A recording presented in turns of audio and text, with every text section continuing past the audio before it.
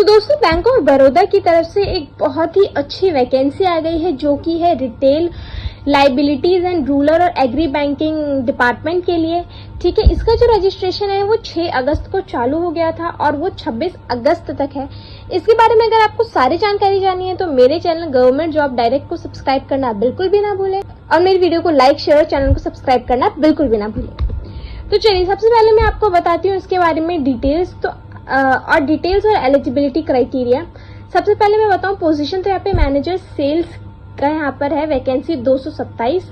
ठीक है, officer agriculture की है 142, मैनेजर एग्रीकल्चर सेल्स की है 48। और मैं एज की बात करूँ तो यहाँ पर एज है हमारी मैनेजर सेल्स की 24, minimum maximum 34। Office agricultural sales जो कि रूरल और एग्री बैंकिंग में आता है, जिसमें 190 वैकेंसीज है टोटल। इसमें मिनिमम आपकी एज है 24 और मैक्सिमम 36। मैनेजर एग्रीकल्चर सेल्स की यहाँ पर मिनिमम 26 और मैक्सिमम 42।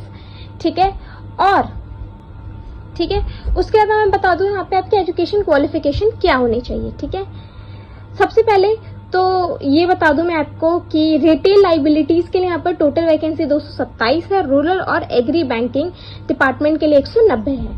ठीक है, मैनेजर सेल्स के यहाँ पे वैकेंसी, आप किसी भी डिसिप्लिन से आपको ग्रेजुएशन होना चाहिए और अगर आप MBA या PGDM इन मार्केटिंग या सेल्स बैंकिंग में तो बहुत ही अच्छी बात है, इन लोगों को प्रेफर किया जाएगा।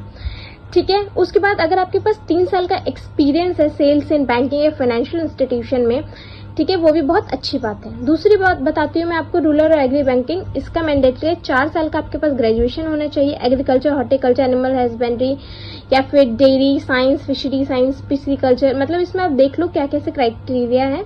उसके बाद मिनिमम आपका जो यहाँ पे मैं क्वालिफिकेशन की बात करूँ तो आपके पास 1 साल का एक्सपीरियंस होना चाहिए एग्री सेल्स में। प्रेफर यहाँ पे किया जाएगा 2 year full time post graduate degree होनी चाहिए, डिप्लोमा होना चाहिए sales marketing agri banking rural management finance में। ये मैनेजर एग्रीकल्चरल सेल्स का बता रही हूँ, यहाँ पे 3 साल के आपके पास एक्सपीरियंस होना चाहिए एग्री सेल्स का, प्रेफरेबली इन BFSI। ठीक है, उसके बाद ये जो वैकेंसी है ये रिक्वायरमेंट के अकॉर्डिंग है, ये बढ़ या घट भी सकती है।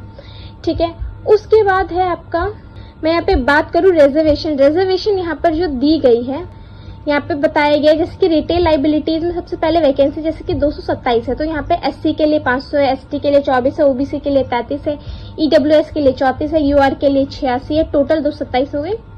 ठीक है, उसके बाद आउट ऑफ विच PWBD, इसमें OC 3 है, HI 5 है। मतलब आप देख लीजिए आप किस क्राइटेरिया में, आपको पता चल जाएगा ज्यादा बेहतर से। ठीक है, इसके बाद हम बात करते हैं एज रिलैक्सेशन की, तो यहाँ पे शेड्यूल कास्ट और शेड्यूल ट्राइब के लिए 5 साल का एज रिलैक्सेशन है और अदर बैकवर्ड क्लासेस के लिए जो है 3 साल का है। जो पर्सन विद डिसेबिलिटी है यहाँ पे, यानी कि जो EWS है उनके लिए 10 है, OBC 13 है, SC ST 15 है।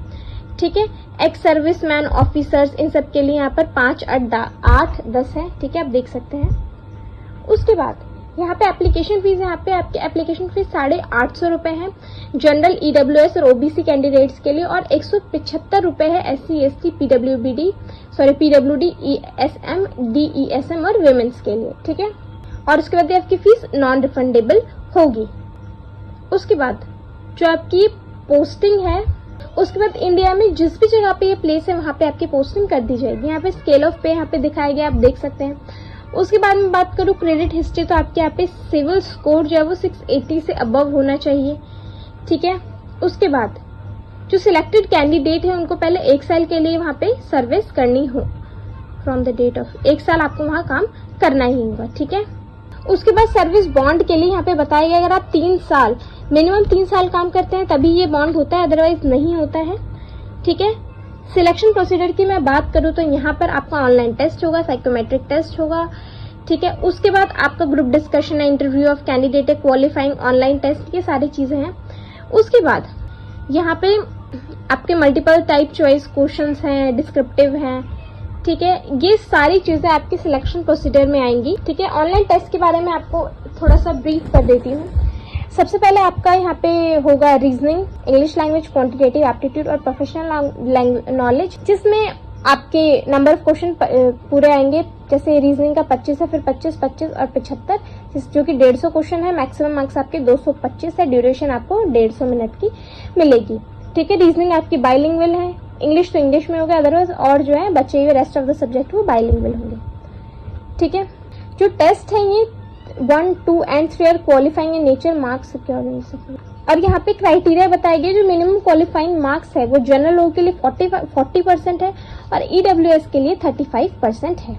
ठीक है, कोई नेगेटिव मार्किंग नहीं होगी। इनफैक्ट अगर आप आंसर छोड़ भी देते हैं तो भी उसकी कोई नेगेटिव मार्किंग नहीं है। ठीक है, उसके बाद यहाँ पे एग्जाम सेंटर्स बताए गए हैं। ठीक है, तो मैंने लगभग आपको सारी जानकारी दे दी। ऐसी और जानकारी के लिए मेरे चैनल गवर्नमेंट जॉब डायरेक्ट को सब्सक्राइब करना बिल्कुल भी ना भूलें।